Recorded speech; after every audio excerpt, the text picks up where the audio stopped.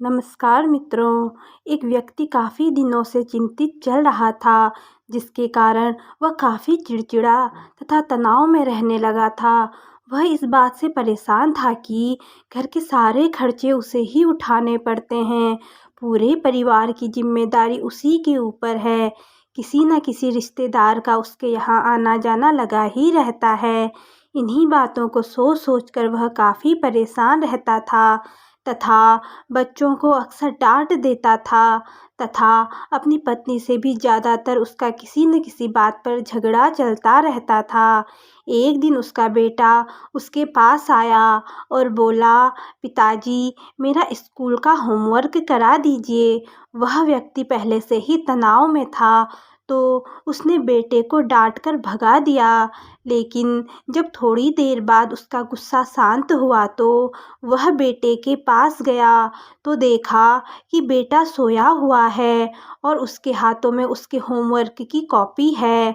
उसने कॉपी लेकर देखी और जैसे ही उसने कॉपी नीचे रखनी चाही, उसकी नज़र होमवर्क के टाइटल पर पड़ी। होमवर्क का टाइटल था वे चीज़ें जो हमें शुरू में अच्छी नहीं लगती, लेकिन बाद में वह अच्छी ही होती हैं।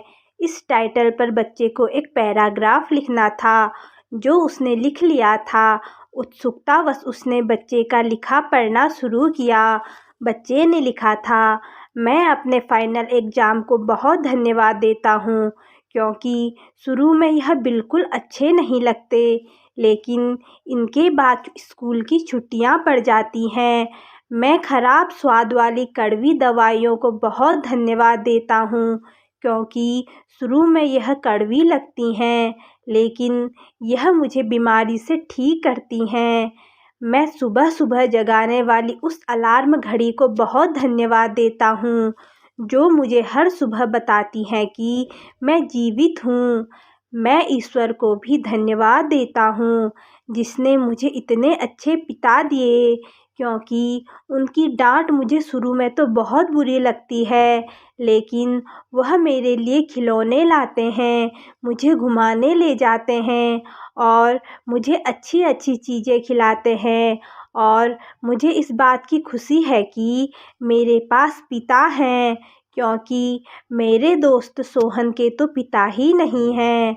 बच्चे का होमवर्क पढ़ने के बाद वह व्यक्ति जैसे अचानक नींद से जाग गया हो। उसकी सोच बदल सी गई। बच्चे की लिखी बातें उसके दिमाग में बार बार घूम रही थी, खासकर वह लास्ट वाली लाइन। उसकी नींद उड़ गई थी। फिर वह व्यक्ति थोड़ा शांत होकर बैठा और उसने अपनी परेशानियों के बारे में सोचना शुरू किया। मुझे घर के सारे खर्चे उठाने पड़ते हैं, इसका मतलब है कि मेरे पास घर है और ईश्वर की कृपा से मैं उन लोगों से बेहतर स्थिति में हूँ जिनके पास घर नहीं है। मुझे पूरे परिवार की जिम्मेदारी उठानी पड़ती है, इसका मतलब है कि मेरा परिवार है, बीवी है और ईश्वर की कृपा से मैं उन लोगों से ज़्यादा खुश नसीब हूँ जिनके पास परिवार नहीं है और वह दुनिया में बिल्कुल अकेले हैं। मेरे यहाँ कोई ना कोई मित्र या रिश्तेदार आता जाता रहता है, इसका मतलब है कि मेरी एक सामाजिक हैसियत है और मेरे पास मेरे सुख दुख में साथ देने वाले लोग हैं। हे हे मेरे भगवान, तेरा बहुत शुक्रिया। मुझे माफ़ करना, मैं तेरी कृपा को पहचान नहीं पाया। इसके बाद उसकी सोच एकदम से बदल गई। उसकी सारी परेशानी, सारी चिंता एकदम से जैसे खत्म हो गई। वह एकदम से बदल गया।